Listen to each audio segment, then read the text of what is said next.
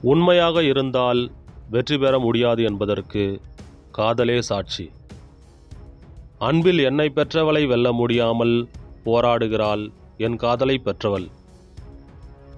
பயனின்றி காதலிக்காதே, பயணங்களை காதலி. இறந்த காலத்திலேயே வாழ்ந்து கொண்டு நிகழ்காலத்தில் இறந்து கொண்டிருக்கிறேன் உன்னால். நான் இருக்கேன் என்னும் சொல்லை நம்பி இல்லாமல் போனோர் பலர். குடும்பம் சரியில்லாமல் வீட்டை அலங்கரித்து என்ன பயன்? நிம்மதி என்பது தேடுவது அல்ல, சிலரை தேடாமல் இருப்பது.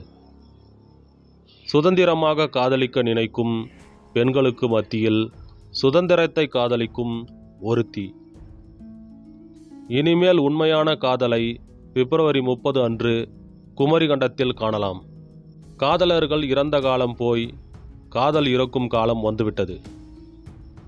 கூடாத காதல்தான் கூடிக்கொண்டே இருக்கிறது.